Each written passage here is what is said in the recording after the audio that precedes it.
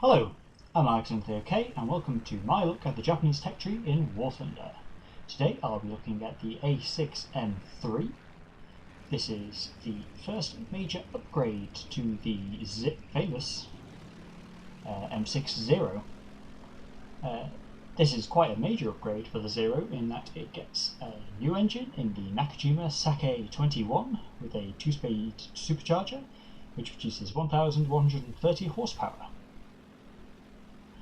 It also, as you can see, redesigns the wings by removing the folding wingtips and instead having a nice squared off wingtip. The new engine also necessitated changes to the fuselage in that it removed some of the capacity of the main fuel tank, which sits in front of the pilot, by, well, a fair margin, and also moved the pilot's back further in the fuselage. To compensate for the loss of main fuel tank space, the wing fuel tanks were enlarged slightly, and I have conflicting sources on the armament changes to the aircraft. In War Thunder, it remains with the Mark 1 Type 99 cannons, but with an upgraded ammunition capacity to 100 rounds per gun over 60 rounds per gun. However, I've seen some sources which say this is in fact because these are Mark II guns, which are a higher velocity but slower rate of fire version of the Type 99 cannon, which is an Oerlikon variant, an Oerlikon 20mm cannon. Either way, in War Thunder, these are Mark I cannons, but with 100 rounds per minute. 100 rounds per gun, rather. The rate of fire is the same. It sits at battle rating 3.7 for realistic battles, and it's actually a really good Zero variant, although this is in stark contrast to its actual performance in real life. You can tell it wasn't particularly well liked by the Japanese in real life because only around 300 were built in comparison to the some 10,000, I think, Zeros in total that were constructed. This is because while it had better altitude performance and it was faster and had better dive characteristics, the loss of range due to the smaller fuel tanks and also the wingtips not being, the general wing area not being as large, it didn't have the same efficiency in flight, and so it shortened its range dramatically, which led to serious issues in its implementation in terms of how it had to cover B5Ns and the D3As and other Japanese strike aircraft in the carrier groups. It simply didn't have the range to operate with these aircraft all the time, and so you see the Japanese quickly change back to a larger wing than this cut down wing. However, this doesn't matter in War Thunder because you do not have to cover your strike aircraft, although I was thinking about helping that B7 down there, but he seems to have got that BTD. And so the fact that you don't have the range or the fuel capacity doesn't matter because, well, frankly, why wouldn't you take the smallest fuel load in this planes? Most battles don't actually take more than 20 minutes. The increase in speed is a great advantage over the A6M2. It's got substantially better dive and it performs better at altitude, all three of which are substantially more important in War Thunder than range, which is not even a factor. And the extra 40 rounds per gun for the cannons is a very nice advantage because it means you can be a bit more liberal with your use of the cannons, whereas in the Zero with only 60 rounds per gun you need to be a bit more conserved. You can't have as itchy a trigger finger.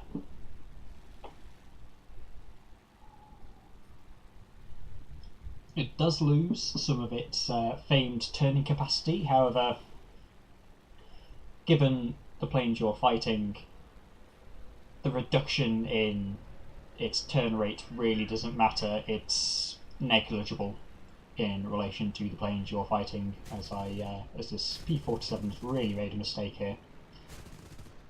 Although my poor shooting, he very nearly gets away. I just get this nice inverted shot on him and quickly dodge that P-51 that was trying to get on my 6. And you'll see I'm going to dive with this P-51, which does actually wind up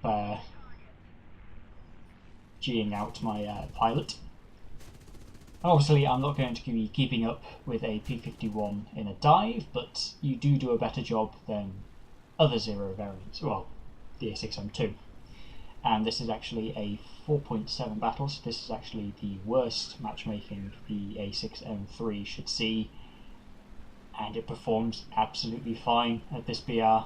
No problems at all. And well, it's a very easy plane to fly, especially if you've come straight over from flying the A6M2s.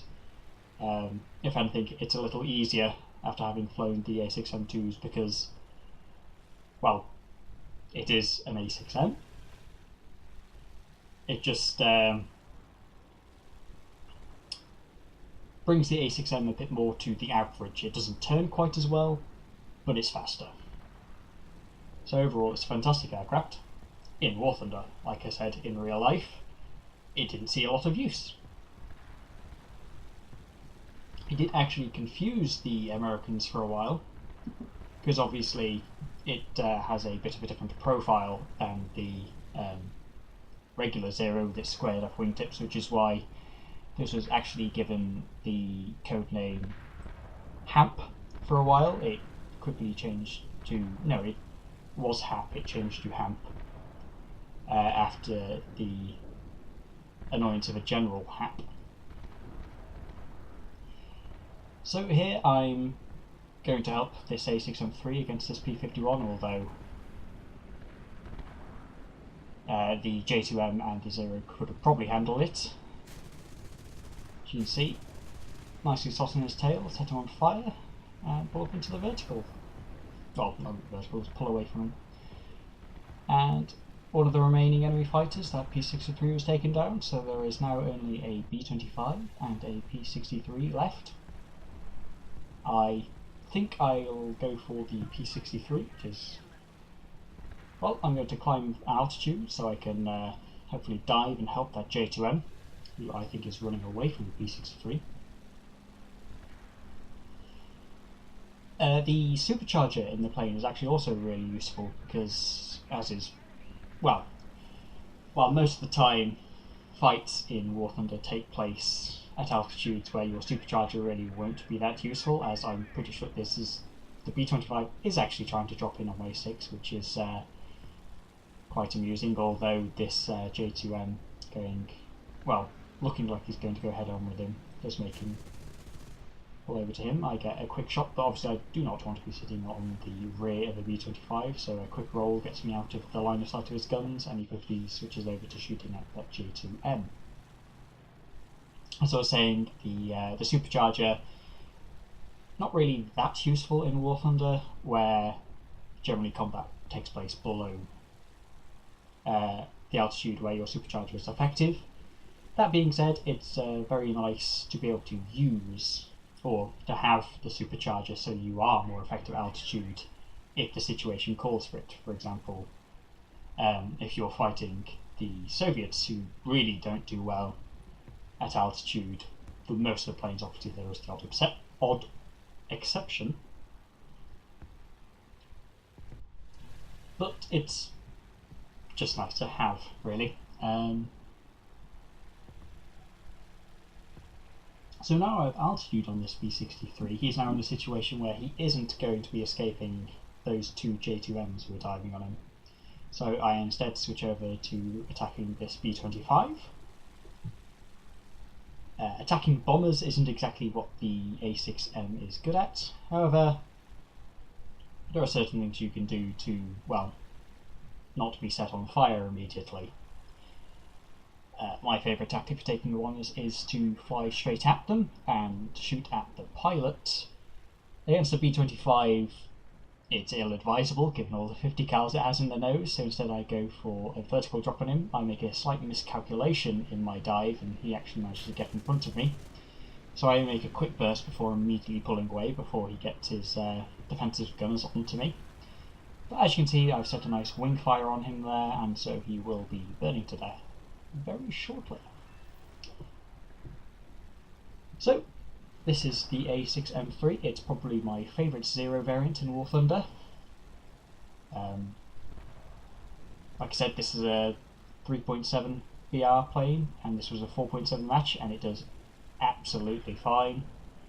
If you enjoy flying the Zeros, this is... well, you'll enjoy this one. I'll put it like that. I've been Alexander the OK. Thank you for watching. Goodbye.